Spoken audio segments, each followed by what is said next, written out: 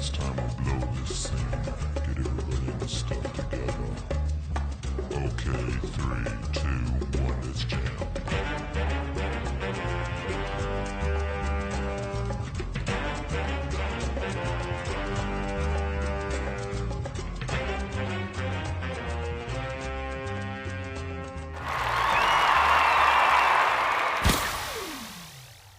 It is bang and boom. What's up? What's up? What's up? Welcome back, goddammit, to another edition of Tell Me a Joke, the guy out there chasing your dream. I'm your host, Maniacal, Menace. Say the whole thing like a pimp named Slickback, and we made it. I'm here, man. Finally, The intro gets me every time. Yeah, it's been. I'll get it in a second. It's been so long, and finally I get to get him in the rusticness of his life, of your livelihood here. That you're. Man, put your hands together for Isaac Kozell. Hey, gang. You boo. There it is. There's claps coming up for you. Just kidding. Oh, man. How you been, dude? Good. Good, yeah. Honestly, I can say good. That's good. Yeah. That's good. I mean, everything looks comfortable. You look like, to say that the things that we have been through since I have known you for so long, you seem very comfortable now. That's the goal, I think, at this point. Yeah. I turned 45 this year, and I was like, all right, let's just see if I can create the chillest life possible. Yeah. And still get by. Right. That's where I'm at. Right. Yeah. We're getting up there. We're all getting up there, and so I'm now thinking. I try not to think so morbid about life, but there's certain things that I've wanted when I was little that now it is coming to that point where it's like you better get it now before it's too late. And how do you deal with time and knowing that it's the inevitable, meaning it doesn't stop, meaning that it's going to continue, and no telling, because the older I get, it feels like the weaker I have became. Weaker in what way? Weaker in the sense of my body's breaking down. Oh yeah. Well, yes, dude. Yeah. Yeah. I don't care for that at all. There's nothing I can do about it. I try, but it's just over time, there's just all right, we're not gonna work no more. Certain things your body's like, all right, this is it. We've had our use. We have been overused. Now we're gonna slowly start to fizzle out. Yeah, I'm at the age I'm at now. I get hurt in my sleep, and I don't know how it happened. Do you know what I mean? You go to bed and you feel great, and you wake up in the morning and you're like, God! You feel like somebody ran over your leg with a truck or something. Yeah. I think my leg was fine when I went to bed, and this is a nice bed. What happened in the middle of the night? I feel you. I changed my pillow because of that. Because I woke up. Yes. I'm like, well, I'm so stiff. I don't know what's going on, but right now I don't. It's just I couldn't turn like I wanted to. Yep. And it felt like I just had a huge night. I'm like, am I sleeping wrong? Is my sleep terrible? I've never adjusted. Well, I do have a new pillow, and it's one of those pillows that it's a cooling pillow. Yeah. So it stays cool, but it's bulky, and it's a little. I don't know if it's doing justice for the posture as I sleep. I snore more now, and no. Yeah. I don't know that I snore, but I do snore, and so now getting older, I never snored before. I've gotten my tonsils taken out and everything, and now that I'm older, I'm one of those husbands that is the unbearable snorer. Oh no! Yeah, you guys are gonna have to get that bed with the two separate controls, where it's the one side goes up and the other one goes down. I don't know, because I sleep in one position. I don't normally move, unless I'm uncomfortable or something like that. What's your sleep position? My side, to the side, right side. Yeah. I sleep like that. Yeah. And I just stay tucked in the corner. Me too, pretty much. Yeah. Yeah. I don't move, but I don't know what causes the snoring. I wear a mouth guard now, because also my wife punches me as I sleep. No, she doesn't hit me, but I wear a mouth guard now just so it can suppress or bring the bottom jaw forward. Because it says, I'm like, but I got a little neck. I haven't gained weight. Nah, I tried to gain weight, and none of that's happening. So I'm like, what's up? what the fuck is going on? And I'm like, goddamn old age. Just goddamn getting older. Yeah. I wouldn't say old age because I don't consider our age as old anymore. No, I mean relatively no. I would say like old age. I would consider like mid 60s and up, and you can still have youth. Okay. But I think at that point you're kind of coming into the last third of your life, and so at that point you are well over the hump, and I would consider that is like old age. Not that there's anything wrong, you can still be vibrant and cool in your old age. I don't mean that, but just like in numbers sense, I would say that old age is like once you get into your 60s heading towards 70, I would consider that old age. Not in a negative way though. You know. Yeah.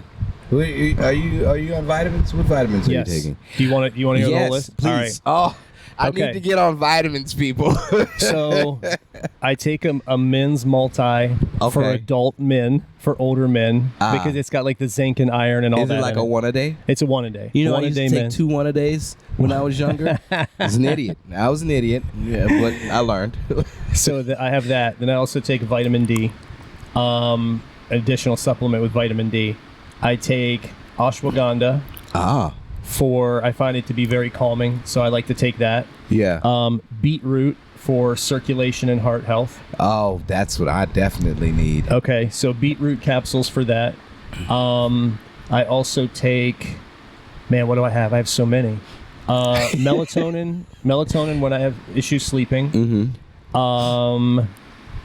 I've been doing collagen supplements now. My wife said I should be taking that as well. Yeah, I mean, for me, it's like, so collagen and then glucosamine chondroitin MSM blend, because like my joints and everything, I've been having issues with like my knees, ankles, back, all that. Okay. So been taking those, and now I'm on my first prescription in my entire life, which is gabapentin, which is the anti-seizure medicine that helps with nerve pain.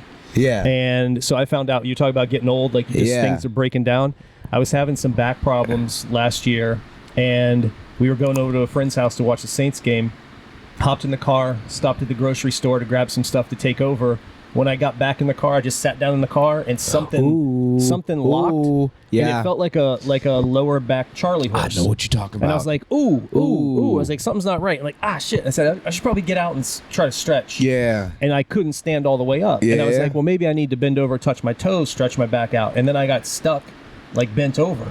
And I was in the parking lot just kind of holding onto the car, and it started to hurt, like the pain started to spread. Yeah. And then it felt like a hot knife going into like my hips and back. Yeah. And every time that would hit, it would cause me to convulse, and I was like letting out these sounds that I can't replicate naturally. Do you know what I mean? Guttural. Yeah, like you know when you step on like a dog's tail, that sound they make, it's not a bark. It's like it's like a throat closed like that. And I was making these noises. And I said, and this is at this point, I was like, all right, honey, I tell you what, you drive, I can't drive. Let's go back to the house. I'm going to take some ibuprofen. I'm going to put a heat pack on and lay on the floor. Yeah. We'll make it by halftime for sure. Yeah. We got home. I couldn't get out of the car. She had to help me in the house, had to help me sit down because I was so like cricked up that like I couldn't sit without like flopping, and I couldn't fall on my back. So she I put my arms around her neck, and she lowered me onto the couch, and I was just miserable. And then it kept getting worse and kept getting worse and kept getting worse. And I said, something's wrong. I thought I had like ruptured something internally. Yeah. Because it started to go down my legs and like up into my stomach. And I was like, is this like a burst appendix or a gallbladder thing? I said, something's going, what the hell's going on? And so we went to the hospital, and of course you go to like the urgent care because it was a Sunday afternoon, so you go to the urgent care, and they're like, yeah, it could be, this looks like it's back related, it could be this, it could be that, you might need surgery, but we can't do anything now. And I'm like, surgery, what? So then I waited to get into an orthopedist. They loaded me up on all these meds. Nothing was touching it. I was just days of like pain. I finally get into orthopedist and get all the scans and x-rays and stuff, and they're like, oh yeah, your discs are shot in your spine. What? And I didn't know this was true. Apparently it had been going on for a long time, but I'd never had it that bad. And they said, yeah, this is just something that you're not bad enough to need surgery, but you're just going to deal with this now until you need surgery. And I'm like, okay, what do we do? And so it's physical therapy. At that point, muscle relaxers. They put me on gabapentin, and the gabapentin I'm on now, it's amazing because it doesn't have any side effects. Like, you don't feel weird. It's not bad for like your stomach or like your blood pressure or anything like that. It's an anti-seizure med that they found works for nerve pain. And so when my discs, there's no fluid in the discs, so they're just touching. And when my back slightly goes out, it hits and the nerves hit, and that's that stabbing. I don't feel that anymore with the gabapentin. I don't feel it. But is it still happening? Occasionally. So now I know what the precursor is. So before, for the last couple years, my back would be a little out, and it would be this hot, like stiff pain in my like lower back and hips. Yeah. And I'd be like, oh, I just need to do some yoga. I just need to do an Epsom salt bath. I just need to go for a run, kind of get it all worked out. And I would work through it. If it happened at work, I'd just keep working. I would just be like, oh, I'll be fine. I get in my truck at the end of the day and just be like, God, I look like a commercial. You know, the guy that's like grabs his back, like that. That I would do that, but I was always able to work it out. I got a percussion gun. I just kind of blast it out. Yeah. That's good for the muscle pain, but the nerve pain, you can't reach it. You can't touch it. So now when I feel the muscle pain coming on, I know what to do to prevent it from slipping into the nerve pain. And I've been good. I had that one really bad episode about this time last year. And since going to physical therapy and learning like the exercises I do now for my back, do you remember that show Sit and Be Fit? Yeah. It was on like PBS. It was like old people in sweatpants. Yeah. And they would sit in these chairs, like school chairs. And it was just like, lift your leg. Yeah. Reach for the remote. You know, like that. And I was like, man, this is sad. That's what I do now. I sit and I just like hover one leg and then slightly extend it and then put it down. That's a lot though. Slow. So that helps with the nerve pain. It's just stabilizing. It's to make the muscles around it like stay active and stay stable so that your back has less likelihood of slipping out or going out. Because once it goes out, it's stuck. And then I'm just stuck and I'll be down for like a week. There's just nothing I can do. I had no idea what that was. I think I've suffered the same thing. I just recently started working on the excavators, and not recently, but like last year around winter time. It's about to be a year now.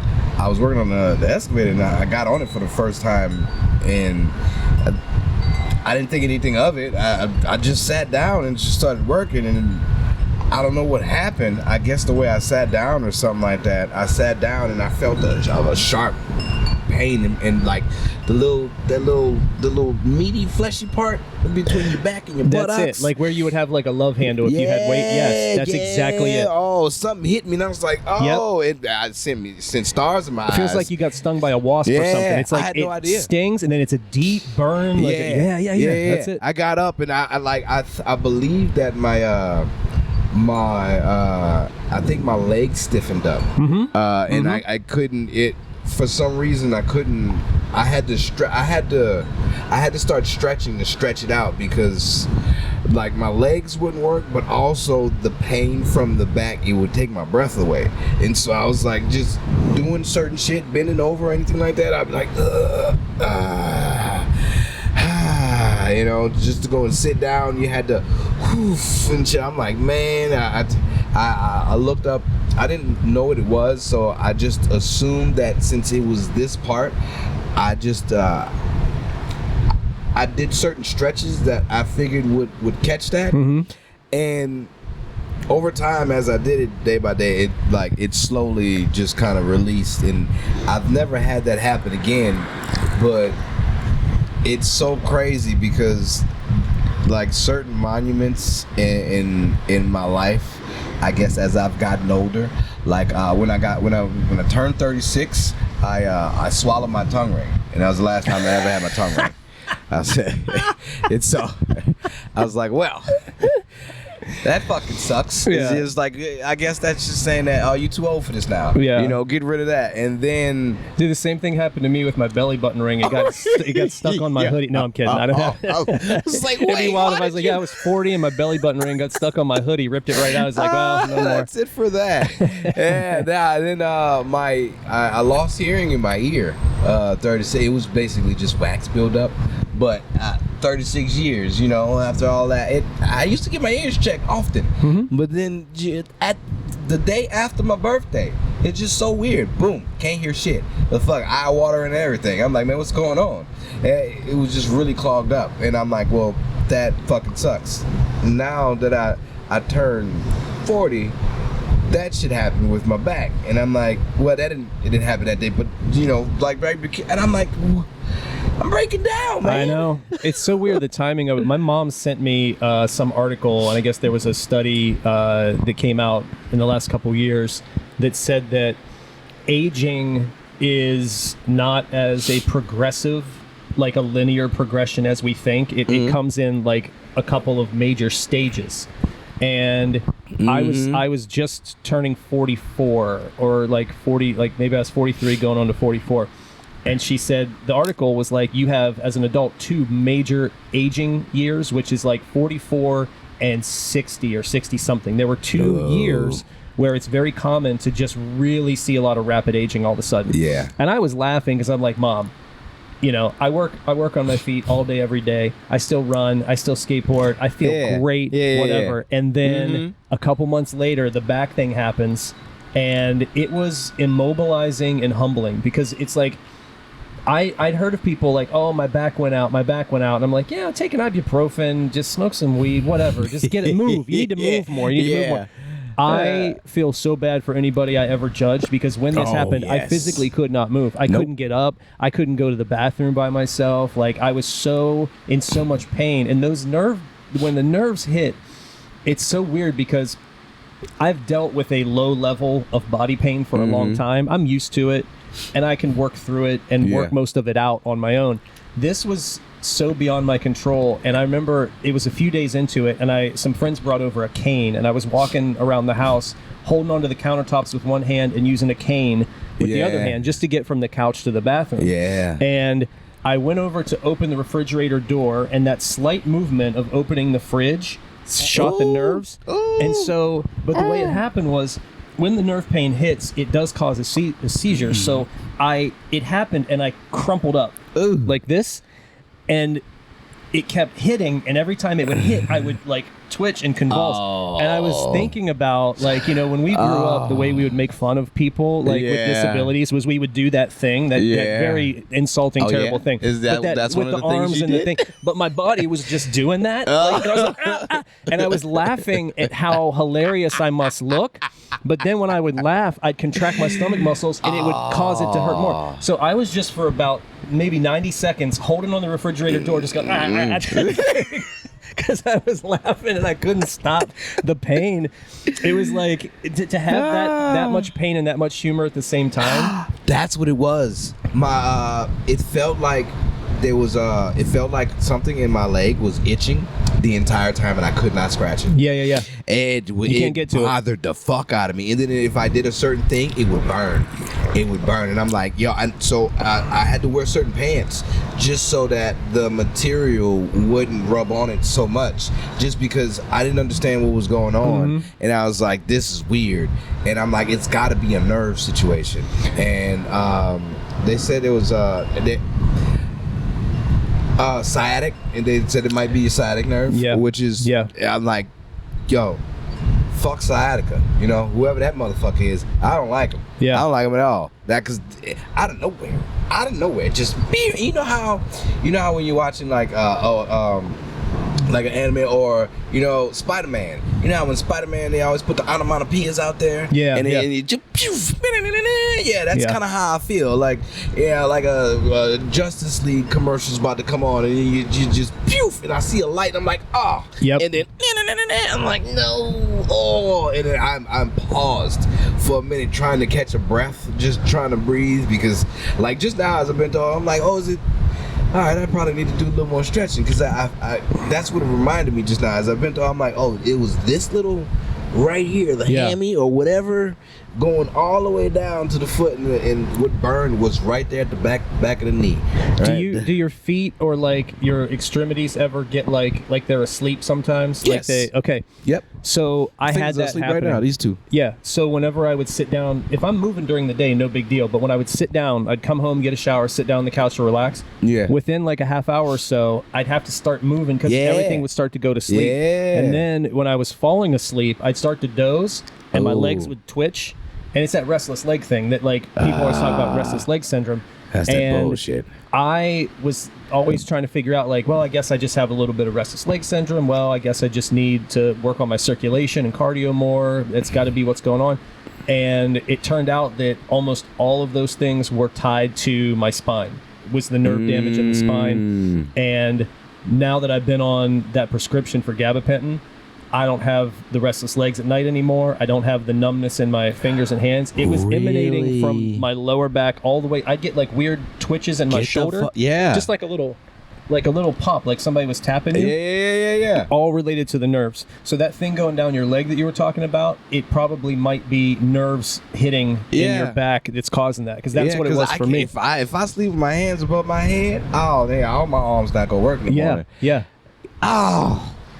See, that's why I do this. I need to have these conversations because we getting older and y'all getting older too. Don't worry, it's gonna hit you at some point in time. And everybody keep coming up to me like, "Oh man, you look amazing." It's like, well, inside does not feel amazing. I'll let you know that right now. Inside feels.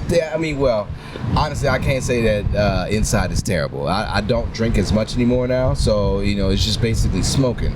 So my mind is a lot more clear, it's nice, and I like that feeling. But there's still certain shit that I need to pinpoint to where I'm like, oh, this is what's fucking me up. Like, I'm pretty sure I have a gluten intolerance to certain gluten or whatever, but I'm not sure. I'm not really sure. I know that certain things that I do eat will flare things up. Like, things get a little worse. Like I guess the nerve pains and stuff will start coming back depending on what I've eaten. And that's crazy. I'm like, God damn. So I don't know how to pinpoint it either. Well, then you have to start getting into this stuff, which I try to watch now too. I was a pretty healthy eater most of my adult life. I love a good splurge, but like I watch what I eat, especially during the day, breakfast and lunch, because I got to stay moving all day. If I eat something for dinner that makes me feel kind of heavy or sleepy or sluggish, that's fine. I'm going to be going to bed soon anyway. But I have to watch for stuff that's like inflammatory, that have inflammatory like qualities. For instance, alcohol, which can like cause, you think like, oh, sit down, relax with a beer, that'll take the edge off. But the poison is actually, it'll make so your back hurts, your feet hurt. You'll feel good while you're drinking that beer, but the next morning it's going to be worse. Everything so it's like, up. So I dialed it back. I'm still a regular drinker, but not like I used to. Yes. I mean, I used to be able to, I was one of those like definitely could hold your liquor guys. Go to a show, have 4 or 5 beers easy. Yeah. Fine. No hangovers, nothing. But all of that, I realize now in my 40s, is like happening internally. Like, it's not good for your stomach. No. It's not good for your blood pressure. It can cause like anxiety in a way. Like, you have like, I'll have a night where, let's say you go to like a music festival or something and you're just there, you're getting drinks, whatever. You went to dinner before concert, drinks at the concert, stop at a bar on the way home. So by the end of the night, you've had 6-7 drinks from like 5 p.m. to 1 a.m. Jesus. Technically, you're processing a drink an hour, blah, blah, blah. That's why I would always feel mentally okay. I'd be like, I never really got drunk. I paced it out the whole night. Yeah. And I'm a regular drinker, so I'm not a lightweight. It does take a few for me to feel anything. Yeah. But then the next morning, I wouldn't be hungover, but I would get like right on the verge of a panic attack, like the early part of a panic attack. I'd get like a, what's wrong? Something's wrong.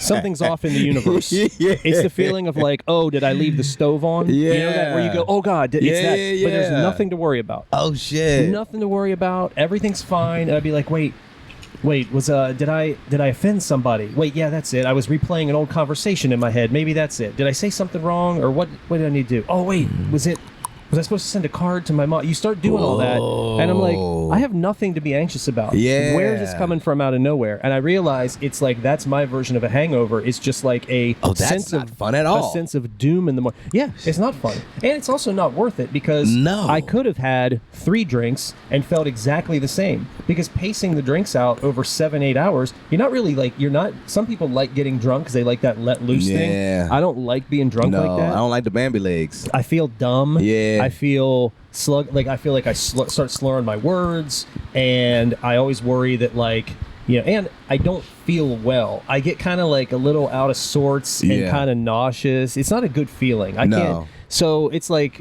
I'd be like, well, but still I could just maintain a light buzz all evening by drinking. But the next day, I'm not like hungover headache or like throwing up or sick. It's just anxiety. Wow. And so cut the drinking in half, at least in half. And then also just started taking more days and nights off. Yeah. Like just not drinking. Yeah. And the weed seltzers help. Because if I'm like somewhere and I want to get like a cocktail or a beer, I'll just get one of those weed seltzers. And that's like so much better. No side effects, whatever. Yeah. Hell yeah. Yeah. So you're still doing like the active drinking with friends, but it's not booze. Yeah. Yeah. That's a good loophole around it. Yeah, I nowadays I just don't even I don't even indulge in it. I'm just like, I'll get a water. If they get a beer, I just get a water or something like that. But I'm not out as often, But it has been more of liquor now instead of beer, just because the missus doesn't care for the beer breath. And I'm like, okay, I get it. That makes sense. You don't drink beer. Like, why would you want to keep smelling that and shit?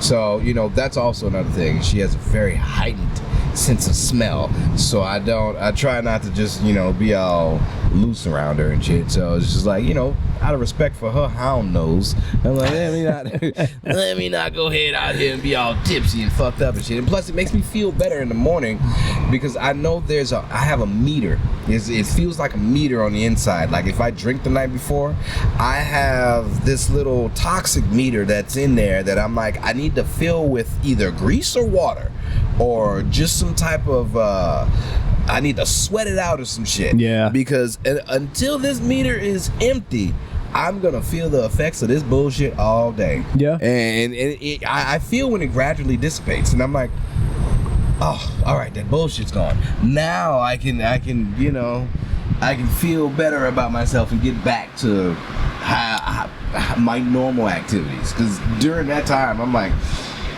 just don't throw up. You're all right. Just you get that queasy feeling. Yeah. Just that like it feels like bowels just sitting here waiting, and until it goes away, I'm like, man, I could have avoided all that. I didn't need that beer last night. Well, you know what? I drank it too fast too. And you think back on it, like, was the drinking the night before worth it? Did you make some like really good memories? Was it like this epic thing that just? It's like no, and that's almost never the thing. Yeah. Like in my 20s, drinking heavily was such a part of it was a social glue, and so all the fun parties, all the cool stuff we did was centered around drinking. Yeah. So those memories feel tied to drinking. As an adult, I can have plenty of fun without drinking. I love to drink. That's the other thing. I love to do it. I love it. But it's just like the risk versus reward part of it now is just getting less and less every time. Yeah. It just kind of like, man, I'm good.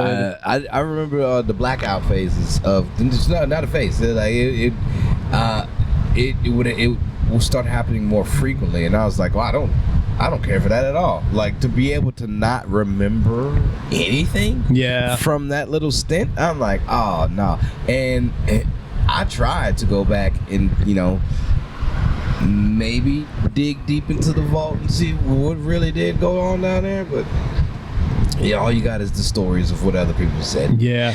And it's like, are you sure that's not how it happened? I know. Because some people's memories are terrible. And you can be saying one thing, but another thing could have happened. And if I don't remember it myself, I only got what you saying to go on. And I'm like, makes me a bad guy. Especially if you know that you are prone, if your friends know you're prone to blacking out, they can kind of heighten your story almost in like a folk tale way, where they're like, "Oh, you got crazy last night. Then you did this. Then you did that." And then that's fucked up. A year later, you hear the story again, and it's like, "Oh yeah, he was," and it's like 10% worse than what it was. Like, "Oh, I remember the time that happened. Remember that?" And everybody just sort of agrees to go with this like expansion of the narrative. And you have no idea. You have no proof. You can't defend yourself because you were just the guy that blacks out all the time. You did that. It's like, damn. Like, I've talked about this often. I've not often, but I have mentioned this. I recorded myself during a blackout to where I didn't know that I was recording, and like the person that was behind the camera was not me. Wow. I mean, it was me. But it was a version of me to where I'd be like, I wouldn't say shit like that. Mm-hmm. Like, I would think it, but I wouldn't say it out loud. And this guy was like, oh, yeah, no. These your true feelings? We gonna say it all out loud. And I was like, oh, shit. That's not cool. And, I think I I don't know if I did this, but you know how when you have those times where they turn the camera to themselves and like, ah! It's like, yo, that's me, but that's not me. Yeah, like, that's not me at all, man. I can't be that person. And so, like from then on, I was like, I have to be careful because it doesn't take much for me to black out. Just because being a smaller person, sometimes I don't eat like I'm supposed to, and I don't do the proper water ratio, the water to fucking alcohol ratio at all, and I just and yeah, you get a demon that comes, and you know he's never a good guy. I always called it goblin mode. I have a couple of goblin friends where like they're the nicest, sweetest people, and then the liquor hits them, and they turn into somebody that is. It doesn't even resemble the person you know. It almost feels like a nightmare version of somebody. Like if you ever had somebody you're close to or like a romantic relationship, sometimes your own insecurities, for me personally, I'd have like insecurities about the friendship or the relationship, and it would manifest itself in these dreams where they're saying the meanest possible things they could say to me with the intent of hurting me. And it's all my own thoughts in my head. It's coming through this person in the dream, right? And it would always scare me because I'd be like, why are you being like this to me? You're my friend. Yeah, you think we're friends, but it's just an evil version. So there's a version of that with some people when they drink where it's like, you can't even talk to them. There's like a glaze over their eyes. They're looking through you, not at you. And then they get into shit. And most of the goblin friends I had would be like, they'd have a destructive quality. Yeah. And it was like an energy that came with drinking. Like alcohol is a depressant, but they would somehow get spiked up. Like they had an energy that was manic, and you were always afraid. One of my buddies, we were in Ohio, and we were at a friend's house having a party, and they had one of those condos with like the sliding glass door that goes out to like the big lake area, you know. It's like a subdivision bullshit, like fake lake with a fountain in the middle. And but it was snowing that night, and so we're all in there having like a snowstorm party, and all of a sudden we feel that the whole place is like freezing cold. Everybody's like, whoa, what's cold? And we notice that the sliding glass door of the patio's open, and we look and we see him running. He's down to his underwear, and he's running through the snow, and he jumps in the lake, and we're like, oh my God. We all go out to help him.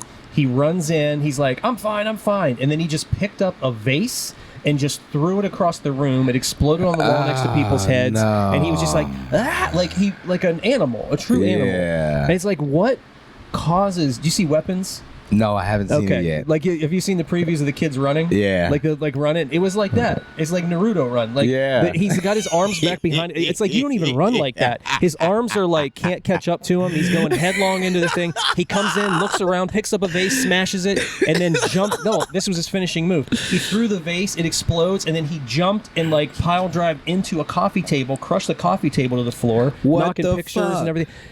And we're like, what happened? Like, what? It's just a switch flipped, but he would do that all the time. We went to the grocery store once.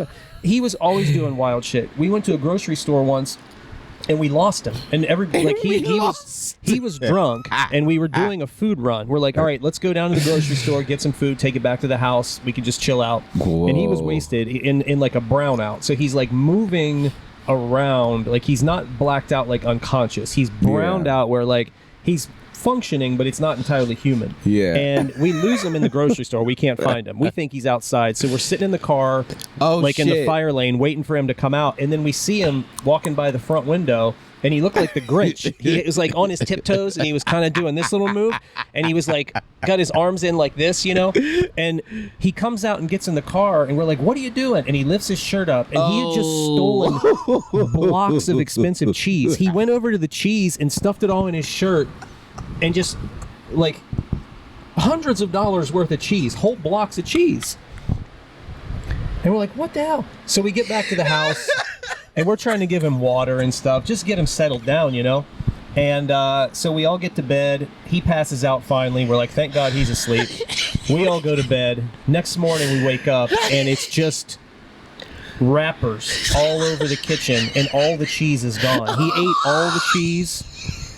He did that with a pot of chili once. There was a pot of chili left on the stove, and it was like something out of Insidious. I heard this banging around, and I come downstairs, and I flick on the light, and he is like, remember Oh, it's Will Smith, Omega Man. Well, it's Omega Man, but what is? I always forget the name of it. You talking The about zombies. World War Z? No, not World War Z. I Am Legend. I Am Legend. Yeah, Omega Man. Remember when he's in that warehouse and he sees them all huddled up in the corner and they're breathing? Okay, this is him eating chili in the corner of the kitchen. He took the pot off the stove and he's in the corner. Like, he's not like leaning on the counter with a spoon. He's in the corner and you just see his back in this motion. And he turns around and he's got chili dripping off his face. He's just eating, but it was always like wild, drunken, like, oh man, I got one more. This is the same guy, by the way. Is he still around? He's still around and he's great. Okay. He came down to visit. He figured it out. He came down to visit. He came down for French Quarter Fest, and we had a really nice time. But he was one of those guys where I was like, this might be one of those friends that like dies, and you're just always like, we should have done more, you know, like that. Like, we've had one. Yeah, he like yes, Yeah. where it's just like that wildness, Yeah. and it's like there's a point where it's like, oh, this is fun, this is crazy, you're a true free spirit, but then it's like you start to worry. Yeah. He like this is the famous one. We go camping. Oh shit. And we head down to the docks to do a night swim. And we're swimming. Drunk? Yeah, he was pretty drunk. There were three others of us. There was 4 guys. Me and the other 2 guys had been drinking, but we weren't like wasted. Yes. It was still pretty early in the night, you know, like we're camping. So it's like maybe, 11, midnight, something like that. Mm-hmm. And we're like, let's go down for a little dip in the lake. And they have like boat docks there and everything. Yeah. So like, we'll go put our feet in, go for a little swim, come back up. And so we're like, all right, we've been down here long enough. We should probably head back. So we all get up, we're walking up the dock, and we're yelling for him, come on, let's go, let's go. And then all of a sudden we hear this really loud boom, like this and the dock shakes. The dock shakes. I thought that because he was a rascal, I thought he had climbed onto somebody's boat, like somebody's private boat. I thought he had like climbed onto the boat and then jumped off the boat into the water and pushed the boat into the dock. What? Right? That's what I thought. Because you know, like how the boat's just floating there, and okay. like we were trying to be respectful. Yeah. Technically, we shouldn't have been swimming in the lake at night anyway. Yeah. But definitely, we're not going to get on people's boats that are tied up. He's the kind of guy who would jump on the boat and then, because it's a little higher, and do a cannonball or something. So that's what we thought had happened. And we're like, all right, enough. Don't mess with the boats. Come on, let's go, let's go. And we're like, wait, where are you? Hey. And we're like, we can't find him. And so my one buddy runs down to the end of the dock.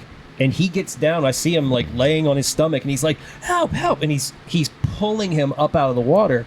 And when they pull him up, he looked like Jason at the end of Friday the 13th, the first one. You know when he comes up out of the boat and he's like all like bloody and mutated.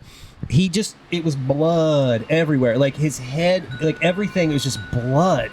And we pulled him up onto the dock, and he's like half conscious. And then there's just this pool of blood coming out around his head, and we put some water on him, and we see that his forehead is just gashed open from like one side to the other, like this whole, like the whole skull. So we grab our clothes and we're wrapping his head up like a turban, and we're up on the hill, so he's holding on to us and we're carrying him up. It looked like we just got back from like World War II, you know, just like it's like he's hanging on our shoulders, and we take him up and we set him by the fire, and we're trying to get a good look at his head. And we see that it's pretty bad, and he's soaking through the shirts, like he's bleeding through all the clothes. And so now we're coming up with a plan. We're like, we got to get him to a hospital, but we're out in the country, and the nearest hospital is like a half hour away, and it's a little country, like a county hospital. So we're trying to figure out what to do, and we're all like, all right, who's had the least to drink, like whatever. So they're like, all right, now we have to delegate. Who's gonna drunk drive, but who could do it the best?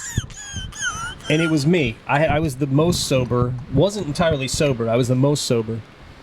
And as we're coming up with the plan, all of a sudden, so he's sitting in the chair, and he's like, guys, am I going to be okay? And we're worried about him, but we don't want to freak him out. Because like we're afraid of like if he panics, it's going to be worse. And we're like, no, it's fine, you'll be okay. And we're like, guys, what are we going to do? What are we going to do? We got to save him. And all of a sudden, we see this whoosh, this big like plume of light, and we turn around. That idiot had fallen into the fire. He was sitting next to because we put We put him next to the fire so that we could get a look at his head, and it's one of them wobbly ass like folding camp chairs, and he just slumped and boom. And it was sparks. It's just the sparks like flying up in the air. We're like, so we're ripping him out of the fire. Now he's covered in like ashes and shit.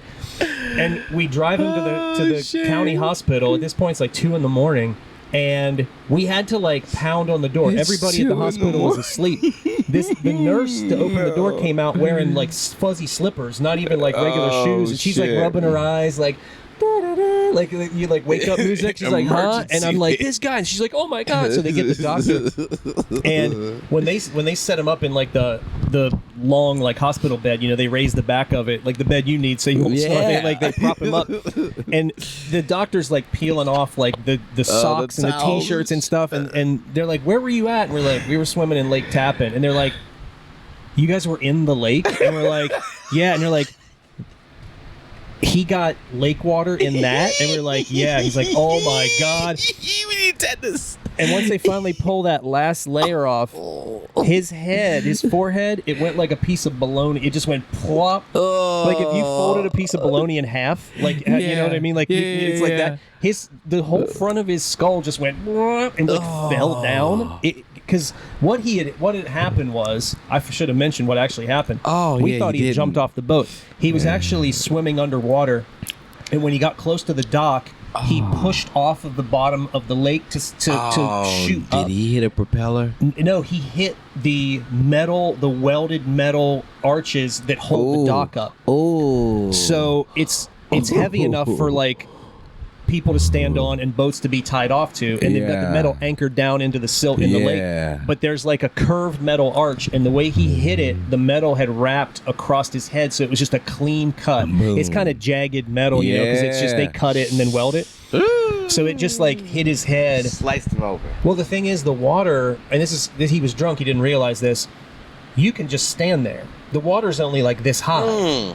But he was swimming underwater, so he just stood up full force like he was propelling himself to the surface. Just full force, just stood up into it. That's why it hit so bad. It's like jumping into it is what he did.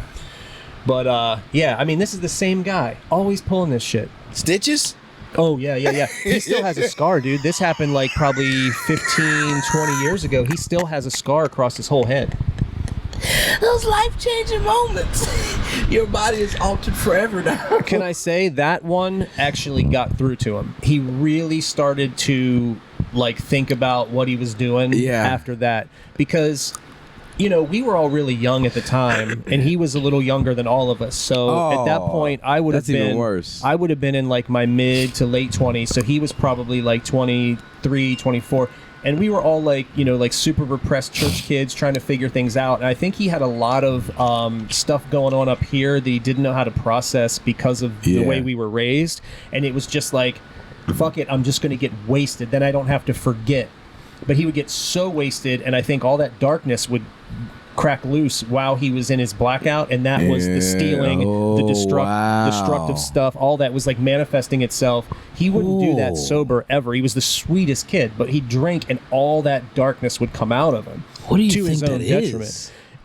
Like repressed memories, not being raised with like coping mechanisms, like being taught how to cope, but with like stress and all that. A deep sense of guilt and failure. Like we all had it in various ways, but it all manifested itself differently with each individual. Shit, His just had a really he would drink really hard and to have fun, so he wanted to forget all the shit that was on his mind. So if he got wasted, he wouldn't have to think about that stuff. He could just be the fun guy. And he was fun for a minute, and then it would just go boom and shift to something really scary. Wow.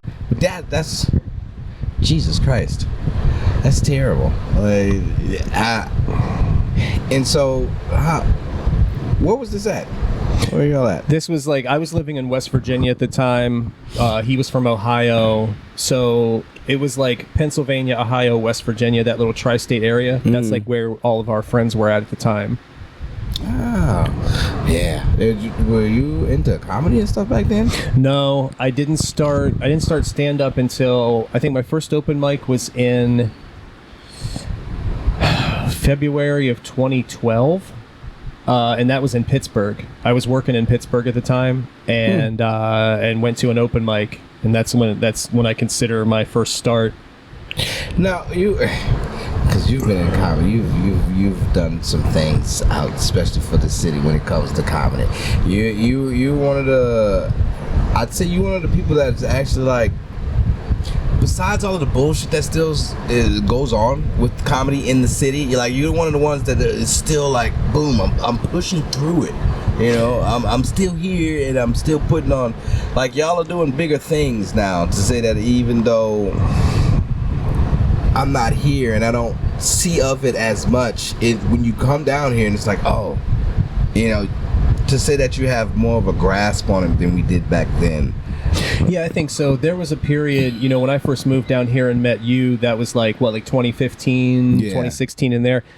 There was a bit of a boom happening in New Orleans. Mm-hmm. Like, first of all, the city was popping more at the time. It seemed like there was a lot more, like Airbnbs weren't a big thing at the time. It was a lot more locals, and there was a lot of cool places. I don't know how to describe it. I can't speak to, I'm a transplant, so anything I say, take it with a grain of salt. But I always hear about the old New Orleans, like pre-Katrina. And so I don't know what that was like at all. I know what the kind of comeback for New Orleans was after Katrina. And I think that I happened to end up down here at a good time, because at that point, people had kind of gotten past the Katrina stuff and were rebuilding in a way where there was still a lot of the old vibe left.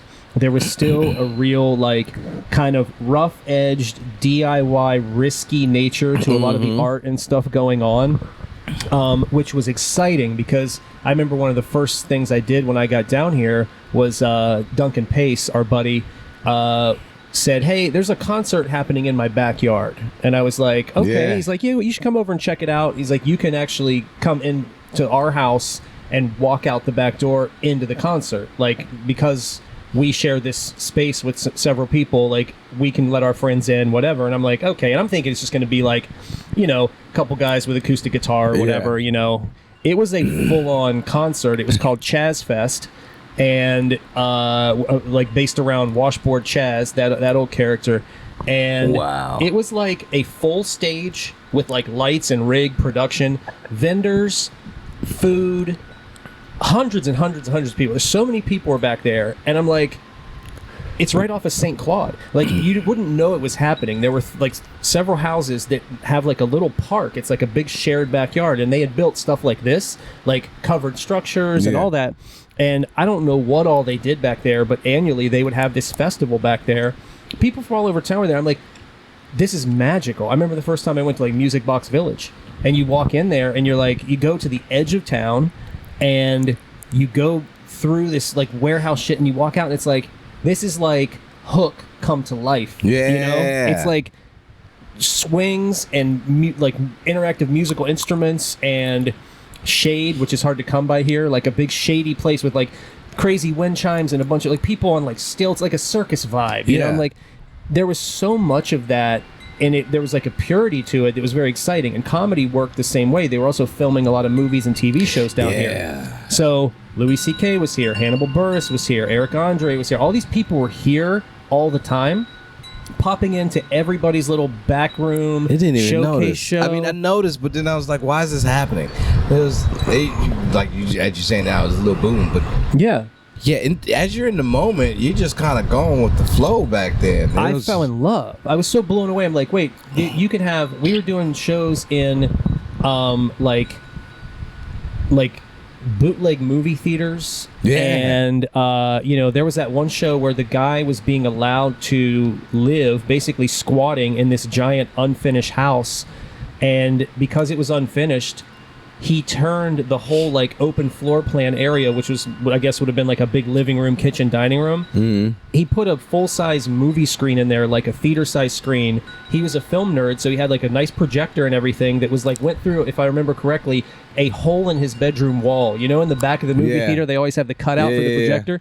You'd go back to like where the bedroom and bathroom was, and there was like this platform with a projector through there, put speakers all around, and we would do comedy shows and watch movies in this homemade movie theater. What? It was like nice, and like there was all that kind of stuff happening. You could just say, we're having a backyard show at a secret location, message us for the location, and like 100 people would show up. And I'm like, what the hell? It was like, you couldn't go wrong here, honestly. You could just do anything crazy you wanted to, and you were people doing would show this up. then?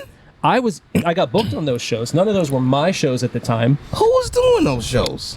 It was like the Massive Fraud guys, Joe Cardosi and Andrew Polk. Oh, yeah. And then and Duncan worked with them a lot. Duncan Pace. Any of them. Do you remember the Backyard Show? Yeah. That, like, what was that one Culture called? Vulture? Culture Vulture, where you Yeah. had to do like crazy games and stand up. But that happened in a lot of backyards. They would move it to a different location all the time. Oh, I remember the one that they had that right at the end of at the start of the French Quarter area. I think that was the Culture Vulture. I remember doing a video for them to where people was like, "Hey, you need to come see one of these shows, man. Motherfuckers love you, man." And I was like, "What are y'all doing?" Like, Yeah. but that was when I first started, so I was like, man, I could go tell some jokes and there's pussy over here. So Yeah. I don't know what y'all doing, man. Yeah, so I wasn't in it like that until I remember one day when Tiffany Haddish came down here, and this is when it clicked in my head to where I was like, it been clicked that this is what it is, and like you should really put more effort into this. But it really clicked when Tiffany Haddish came down here, and she was just like, yeah, man, where these shows at? Where the shows at? Like, where's this? Where's that? I was like, oh, yeah. I was like, cool, you can go here, you can go there, and I was just giving her places that I know of. And then fucking Andrew Polk came. And Andrew was like, oh, you looking for places to go to do look, here. This got everything. And he gave him, I think it was, I don't know if 504 Comedy was there. No, it wasn't. He had a little like Excel sheet or like a Google Doc. Yes. Yeah, I remember that. Fucked me up. I was like, oh, bitch, you on a professional tip. Like, it changed my mindset right then and there. Because, like, I thought I was, boom, it was Tiffany Haddish. Before she girl shipping all that, this is when she was filming it. She's like, yeah, boom. And, I was all over the place giving her shit. Oh, this, that, there. And she was like, God damn, can I just get a specific spot? And I was like, I mean, it all depends on what you want to do. Where you want to go. And then fucking Andrew Poe was like, here, look at this. I can email this to you. She was like, oh, this is what I need. And I was like, nigga, you made this for yourself? I'm like, what the fuck? I was like, oh, I really need to reassess like this whole little, because at that time comedy was just fun, and I was like, oh yeah, Young Guns, boom, we out here doing our thing, getting this stage time in, blah blah blah. But I didn't think about the long-term aspect of it. Yeah, being like, oh, this will be helpful, especially when it comes to people coming in town. Like, I can't help nobody when it comes to people coming in town. Oh yeah. So I'm like, oh, all right, and that's one of the ways to network and then branch out from there. And so he opened my eyes to being more serious when it came. He don't know this at all. He don't know this. He was just being Andrew Polk. And I was like, you motherfucker. I was real salty. I was real salty when he did that, because I was like, God damn it. But I mean, he was like, yeah, this is what it is. He didn't step on my toes or nothing like that. He was just like, oh, okay. And she didn't leave or go. It was just, this is what it is. I was like, oh shit. And now to see him still out here doing his thing, I love it. It is cool to see the ones that like I grew up with still here. Some of the ones still here in it, still doing it. It's like, okay, good. I don't feel bad that I'm still doing this either. No, and you never should. As long as the thing is, like, you're a grown man, you have a family, you have a trade, like, you work, and you still enjoy stand-up and poetry, and you can always enjoy that. As much you can podcast as long as you want. Yeah. There's nothing wrong with it. I mean, it's like people, they have pickleball, they have bowling leagues, they have video games, they have whatever. People, you have your thing. And for you, stand up and like performing arts, it's beyond hobby for you. You've been doing it so long, and you love it, and you're good at it. Yeah. So it's a little more than a hobby. But at the point where you ever need to make adjustments in your life for your family, for yourself, you can still do it as a hobby, and there's nothing wrong with that. Yeah. Like, you just, as long as you're enjoying it and you have the rest of your life in order. I worry more about the people who, like, delusionally, and you do have to have some amount of delusion to do anything like this at all, right? But, like, I worry about people who you see them, like, decades of just, they don't change. They just keep doing the same thing over and over. It's never taken off for them. At this point, statistically, you have aged out of a period where you would get discovered, or you have like... Me and Kamari talk about this often. Really? Yeah. Yeah. Not into this depth to where you're about to go, but we mentioned about the people that it's like, you still doing the same shit that when we first started. And you was old then, and you still doing the same shit. It's like, you gonna rely on this. This is my job. This was my 9 to 5 right here. This is what I know. This is what's gonna get me to the dance. They're also the first ones to say, like, oh, I'm a professional comedian. I hear people say, like, I'm a comedian, I'm a comic, which you can be if you do it. You're a comic, yes. Right. But, like, the way that people will, like, turn that into, like, I saw somebody on Instagram the other day who I think has been doing stand-up for maybe less than a year, and has started out hosting events, kind of in, like, from, like, an influencer angle, like, once, like, is working towards being an influencer, which is a crazy thing to say now. Like, oh, I'm trying to be an influencer. Like, you know, oh, I'm trying to get my law degree. It's like, I'm trying to be an influencer. It's like, oh, it's not necessarily a career. You know what I mean? No. Like, not that many people make a living doing that, but people have an idea. And also, it's kind of like people who all thought that they could win American Idol. You know, it's like, oh, I'm going to go to American Idol. As soon as they hear me sing, it's like, as soon as people see me influence, they're going to want to... Until you see the hen picking that they use when they go. It's like, oh, no, we understand what good TV is. Yes. We understand who's going to be good on TV. So, yeah, no. Now imagine the public deciding that for you. You think the general public... No offense, you're a nice person. Person I'm talking about right now. Nice person. But... do you think the general public is going to be like, you're the one, we want you to tell us what brands are great and what shows to go to and what music to listen to? Get the fuck out of here. Get out of here. Also, you're doing basic bitch shit. You're just showing up at the same hipster pool that everybody else goes to get your selfie with a taco pop-up and whatever. It's like, nobody fucking cares. No. But this is a thing. This person's been doing stand-up for less than a year and barely doing stand-up. Like, just hosting some shows, influencer stuff, fundraisers, whatever. I've seen the stand-up. It's somebody who, like, if I saw it at an open mic, I'd be like, keep going. But because of the influencer thing, and also, like, the aggressive networking that they do, they've gotten booked on shows where they're doing 10, 15 minutes, and I'm like, 10, oh 15 my terrible God. minutes, huh? Yeah, it could be a decent 5, but it's just, like, rambling and whatever, and a lot of little hacky tricks that, like, they think is just going to...